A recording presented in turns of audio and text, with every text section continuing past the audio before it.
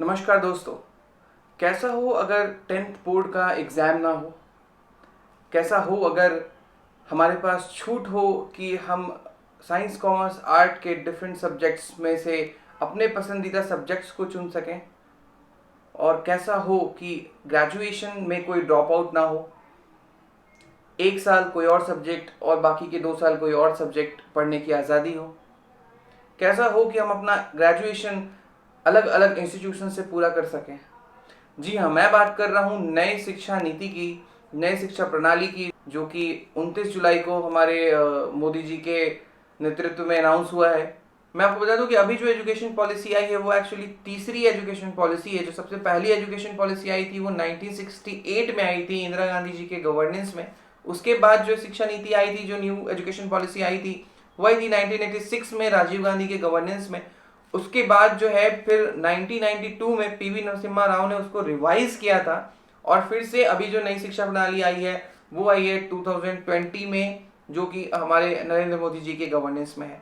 तो आइए इस वीडियो में आप देखते हैं कि क्या क्या जो की पॉइंट्स और महत्वपूर्ण पॉइंट्स है और क्या क्या चेंजेस आए हैं, और कैसे ये शिक्षा प्रणाली जो है वो स्टूडेंट्स के लिए बेनिफिट होने वाला है और नए और इनोवेटिव रास्ते स्टूडेंट्स के लिए ओपन करने वाला है। सिंगल रेगुलेटरी एजुकेशन सिस्टम, जी हाँ, HECI, higher education council of India, ये अब एक सिंगल रेगुलेटरी सिस्टम के तौर पे काम करेगी। स्कूल एजुकेशन जो है वो 3 ईयर्स से 18 ईयर्स तक के लिए कर दिया गया है मैंडेटरी। पहले जो था ये 6 से 16 साल था, अब जो है ये 3 से 18 साल हो गया है। तीसरा 10+2 सिस्टम जो है वो अब रिप्लेस हो चुका है 5+3+3+4 में। इसके बारे में भी हम बात करेंगे। नो मोर 10th बोर्ड एग्जाम्स, अब 10वीं की जो परीक्षा है वो बोर्ड एग्जाम्स जो है वो अभी की तरह नहीं होंगी। वोकेशनल सब्जेक्ट्स जो हैं अब 6th स्टैंडर्ड से ही इंक्लूड किए गए हैं, और उसमें इंटर्नशिप भी होगी, तो ये एक बहुत अच्छी बात है। उसके बाद है कि जो मदर टंग है, ऐसा रिकमेंडेशन दिया है उन्होंने कि जो मदर टंग है उसका यूज इंस्ट्रक्शंस के लिए, बच्चों को इंस्ट्रक्शन देने के लिए एटलीस्ट 5th स्टैंडर्ड तक करें। वैसे 8th स्टैंडर्ड तक रिकमेंड किया है गवर्नमेंट ने। अगले 15 साल तक जो है कॉलेजेस को छूट दी जाएगी, यूनिवर्सिटीज़ पे वो डिपेंडेंट ना रहें उसके लिए, और आगे चल के उनको यूनिवर्सिटीज़ से शायद अलग भी कर दिया जाएगा। साइंस, आर्ट्स और कॉमर्स जो है उनकी जो सेपरेशन है वो ब्लर हो गई है। आप एक क्रॉस स्ट्रीम से सब्जेक्ट्स सेलेक्ट कर सकते हैं। कुछ सेट होंगे, कुछ पर्टिकुलर सेट्स ऑफ सब्जेक्ट्स होंगे जो आप सेलेक्ट कर सकते हैं। नो मोर ड्रॉप आउट्स, जो बैचलर डिग्री है वो 3 से 4 साल की होगी। 1+2 ईयर्स की भी एक डिग्री आप ले सकते हो, और 4 ईयर्स जो है वो मल्टी डिसिप्लिनरी बैचलर डिग्री आप ले सकते हो। डिसकंटिन्यूएशन ऑफ एमफिल, अब एमफिल जो है, जो हम लोग मास्टर्स के बाद करते थे, वो नहीं होगी। एकेडमिक बैंक क्रेडिट्स, ये एक बहुत बड़ी पहल है, इसके बारे में भी हम बात करेंगे। Common entrance exams for universities, बहुत अच्छी बात है।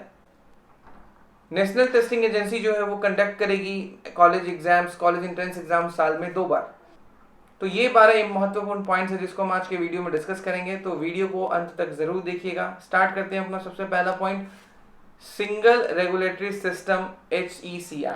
जी हाँ, अभी जो यूनिवर्सिटीज के लिए जो रेगुलेटरी बॉडीज थी, जो कि UGC, AICTE जो टेक्निकल एजुकेशन थी, UGC यूनिवर्सिटी ग्रांट कमीशन और NCTE, अब इन तीनों को रिप्लेस कर दिया गया है higher education council of India से, HECI से, जो कि एक मात्र रेगुलेटरी बॉडी होगी जो सारे रूल्स एंड रेगुलेशंस और टर्म्स कंडीशंस बनाएगी यूनिवर्सिटीज एंड कॉलेजेस के लिए।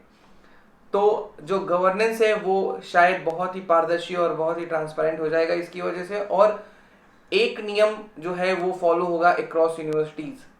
अब हम बात कर लेते हैं जो चेंजेस स्कूल एजुकेशन से रिलेटेड है। जो सबसे पहला चेंज है वो है एज रिलेटेड। पहले जो एज था, जो मैंडेटरी एजुकेशन के लिए एज निर्धारित किया गया था, वो था 6 साल से 16 साल। अब क्या किया गया, उसको चेंज करके 3 साल से 18 साल कर दिया गया। ये जो स्कूलिंग के एज में चेंजेस किए गए हैं, जो 6 से 14 साल को चेंज करके जो है 3 से 18 साल किया गया है, ये जो है वो प्री स्कूलिंग जो है और आंगनवाड़ी जो है उसको, प्ले स्कूल जो है उसको ध्यान में रखते हुए किया गया है कि 3 साल के बाद जो है बच्चे प्री स्कूलिंग हो उनकी, और उसके बाद फिर वो नॉर्मल डे स्कूल्स या नॉर्मल एजुकेशन को स्टार्ट करें।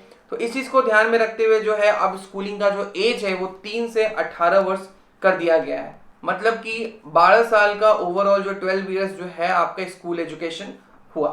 ECE early childhood care and education को ध्यान में रखते हुए अब क्या है कि 10+2 का जो शिक्षा प्रणाली थी उसको चेंज कर दिया गया, उसको रिप्लेस कर दिया गया है 5+3+3+4 में। तो जो अब 10th बोर्ड के एग्जाम्स नहीं होंगे, खुशी की बात है सबके लिए। एनीवेज अभी जो एग्जाम्स होंगे वो होंगे 3rd, 5th और 8th स्टैंडर्ड में, और उसके आगे जो है उसको 2 फेज में बांटा गया है, पहला 9th और 10th और दूसरा 11th और 12th। इसके कॉरस्पॉन्डिंग जो है वो एज भी डाली गई है कि किस एज के आसपास जो है जो स्टूडेंट्स है वो इस पर्टिकुलर स्टैंडर्ड या इस पर्टिकुलर क्लास में रहें। तो आप देख लो जो 5+3+3+4 का है उसके कॉरस्पॉन्डिंग जो एज है वो है 3 to 8 ईयर्स, फिर 8 to 11 ईयर्स, 11 to 14 ईयर्स और 14 to 18 ईयर्स। ओके, अब आगे बढ़ते हैं। अगला पॉइंट है vocational education from 6th standard. जो 6th स्टैंडर्ड है उसके साथ ही जो है अभी टेक्निकल जो सब्जेक्ट्स हैं, कुछ जो टेक्निकल सब्जेक्ट्स उनको ऐड किया जाएगा, बच्चों को टेक्निकल शिक्षा दी जाएगी और उनके बेसिस पे इंटर्नशिप भी उन्हें दिया जाएगा। ये एक बहुत अच्छी पहल है स्किल डेवलपमेंट के लिए। उसके बाद इस प्रणाली ने रेकमेंड किया है कि जो 5th स्टैंडर्ड तक जो है वो मदर टंग जो है यूज किया जाए गवर्नमेंट ये बच्चों को इंस्ट्रक्शंस देने के लिए। ये वैसे रिकमेंडेशन है, ये कोई मैंडेटरी नहीं किया है गवर्नमेंट ने इसे, और रेकमेंड किया है कि 5th और पॉसिबल तो 8th स्टैंडर्ड तक जो है ना लोकल लैंग्वेज या फिर मदर टंग में ही बच्चों को इंस्ट्रक्शंस दिए जाए। तो ये एक बहुत अच्छी पहल है क्योंकि बच्चों को शायद जो मदर टंग है उसमें समझने में चीज़ों को आसानी होती होगी या आसानी होती है। तो ये रिकमेंडेशन आया है इस बार शिक्षा नीति में। उसके आगे बढ़ते हैं। Over next 15 years colleges will be given graded autonomy. तो ये क्या है कि आने वाले 15 साल के बाद गवर्नमेंट चाहती है, गवर्नमेंट ये शिक्षा प्रणाली चाह रही है कि कॉलेजेस को जो है यूनिवर्सिटीज के टर्म्स एंड कंडीशन से अलग कर दिया जाए, उनके एफिलिएशन से उनको अलग कर दिया जाए। तो अभी नेक्स्ट ईयर्स अभी जो आने वाले 15 साल क्या होगा कि जो कॉलेजेस हैं उनको जो है बहुत सारी छूट मिलेगी। वो जो पाबंदियां यूनिवर्सिटीज की तरफ से लगाई जाती है वो एज अ ऑटोनोमी उनको दिया जाएगा, ऑटोनोमस बहुत सारे काम करने की छूट मिलेगी।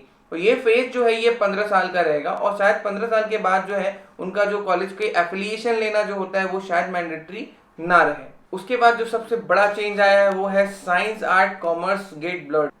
अब जो है कोई भी रिजिड सेपरेशन नहीं होगा साइंस कॉमर्स और आर्ट्स के बीच में। जो डिफरेंट सेट्स ऑफ सब्जेक्ट्स होंगे या डिफरेंट सब्जेक्ट्स होंगे, अक्रॉस सब्जेक्ट्स जो है स्टूडेंट्स अपने सिलेक्शंस को कर पाएंगे, एक सेट बना पाएंगे कि मुझे इस पर्टिकुलर सेट का हो सकता है वो कुछ सब्जेक्ट्स जो है वो कॉमर्स के पढ़ना चाहते हो, कुछ साइंस और कुछ आर्ट्स के पढ़ना चाहते हो। तो इसकी फ्लेक्सिबिलिटी को भी ध्यान में रखते हुए गवर्नमेंट ने जो है साइंस कॉमर्स आर्ट्स में जो है आप एक क्रॉस सब्जेक्ट्स जो है सिलेक्ट कर सकते हो। इसकी एक पर्टिकुलर जो है मेरे ख्याल से सेट आएगी कि इस पर्टिकुलर सेट का कॉम्बिनेशन आप ले सकते हो।